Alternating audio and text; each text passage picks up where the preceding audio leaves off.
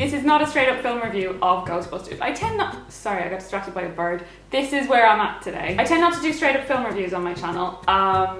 Should I? Leave me a comment. Let me know if that's something that you would like to see. I mean, I have opinions about film and I like film and that kind of thing, and I watched a lot of them and I like to tell you about them. I just don't know if that's something you want to hear. If you want to hear that, let me know. I'm happy to do it. So the main reasons I want to talk about Ghostbusters, or the Ghostbusters reboot, or Ghostbusters 2016, or whatever you want to call it. 1, it's a reboot. 2, it's a reboot of a classic, well-known, very much loved film. 3, they've replaced all the male main characters with female characters.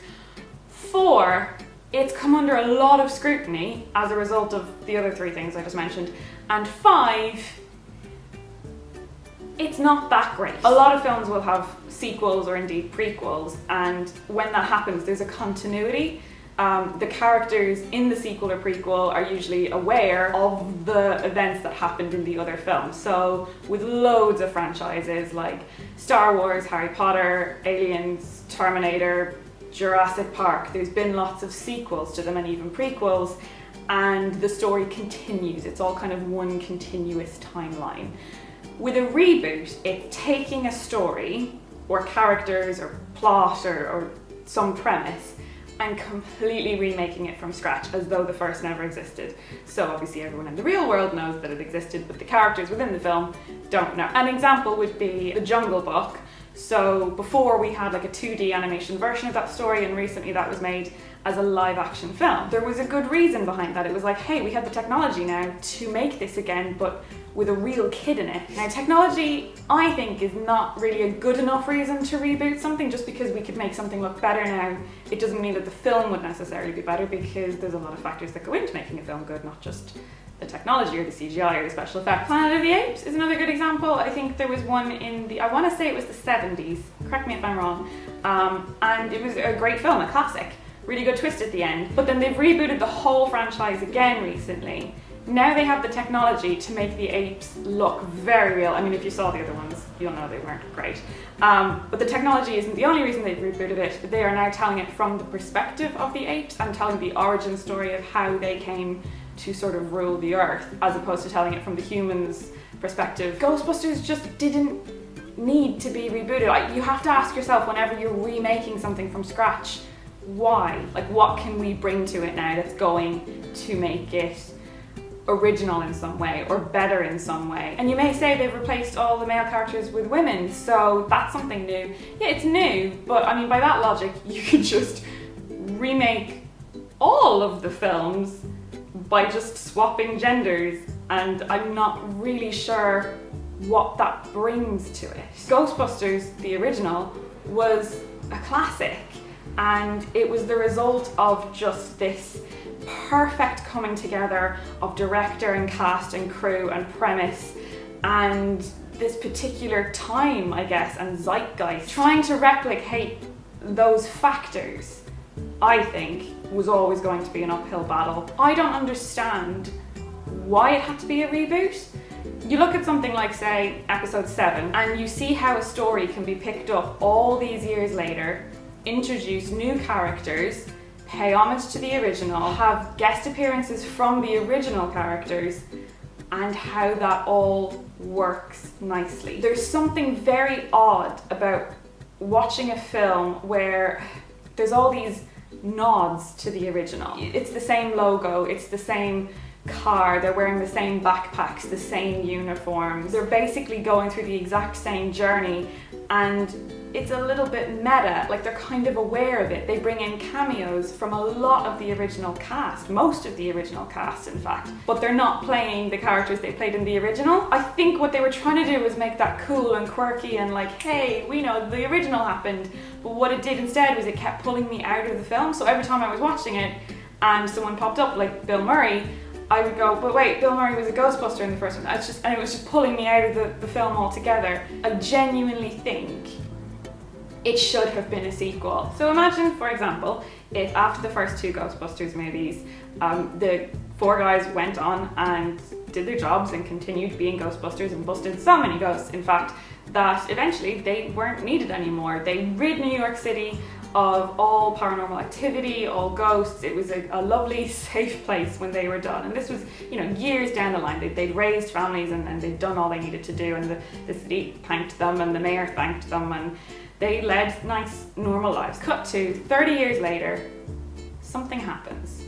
There is a rumbling under New York City. Maybe that pink slime that used to run through the sewers is bubbling again. Weird things start to happen, and define weird things however you want. You know yourself, ghosts appear here and there. You have the little sequences of people being scared by them, and people start to panic. The city starts to panic, and who are they going to call? Not the fucking Ghostbusters. They're not doing their jobs anymore. They're old men now. One of them has sadly passed away. So unable to save the city themselves, they hand over the job to someone else, and that someone else happens to be their families. One of them had a daughter. She was so fascinated by ghosts and the paranormal that she studied it her whole life. She's now a professor of it. She gets it. She knows what has to be done, but she needs some help. She turns to another daughter of another one of the Ghostbusters. They've been friends their whole lives, and she says, can you help me with this? You know, we're the only people really who understand this. We grew up with this. The other woman says, no, I don't want any part of this. She hates ghosts. She grew up her whole life with a father who was never around because he was off chasing ghosts.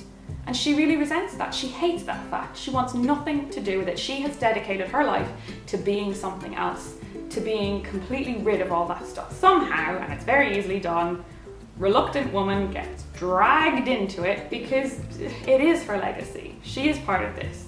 Her father's asking her to help.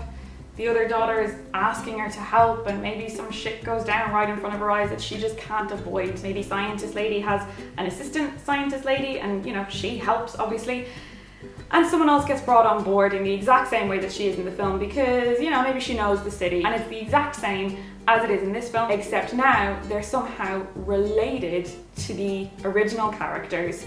And now you're able to keep those original characters as cameos in the film, but as themselves, and you were able to watch them hand over the mantle, which is so important. It's why episode 7 worked, because you have a whole new cast of characters and they're all discovering the Force and the Jedi and the Sith and everything for themselves, but with the guidance of the guys who've done it before. And there's something in that for the audience. There's a sentimentality, there's a familiarity, there's just a gut feeling that you can't really explain, like when Han and Chewie walk onto the Millennium Falcon again, and you haven't seen them do that in 30 years. And Han turns to Chewie and he says, Chewie, we're home.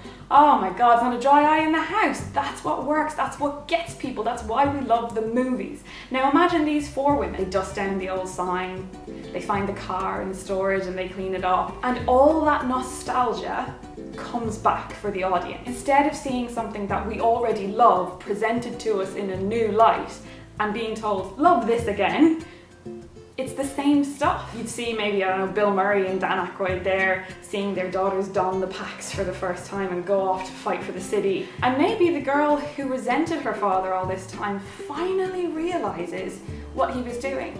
He was out there every night protecting the city, protecting her, doing what was right.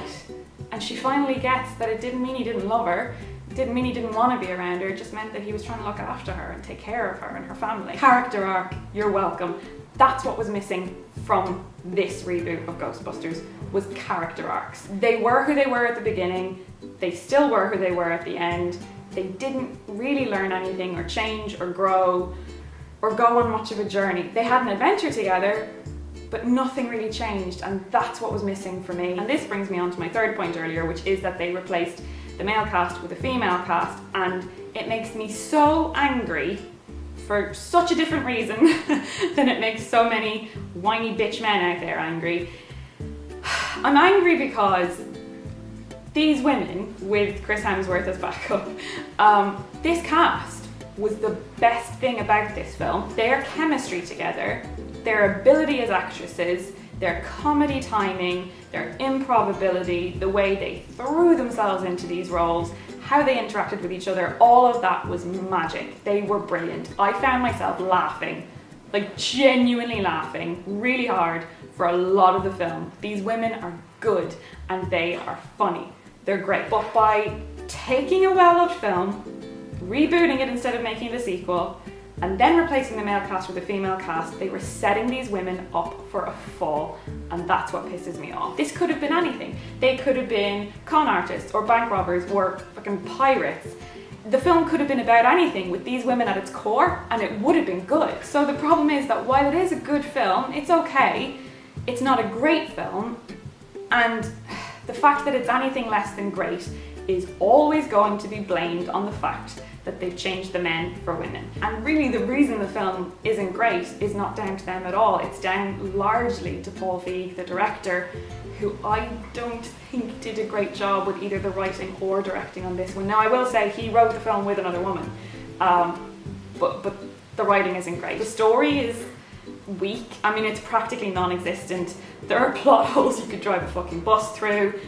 The ending is a shit show. There's no other way of putting it. I mean, it's not like bizarre in a good way. It's bizarre bad. It's like, what's happening now? Is that really happening? Okay, it's a complete mess, the story. And as I said before, there's no character arcs, which is a real problem. And the direction itself isn't great. Like physically, the way the film is directed, the way it's cut together just isn't very good. The action sequences in particular, I don't think they're his strong point.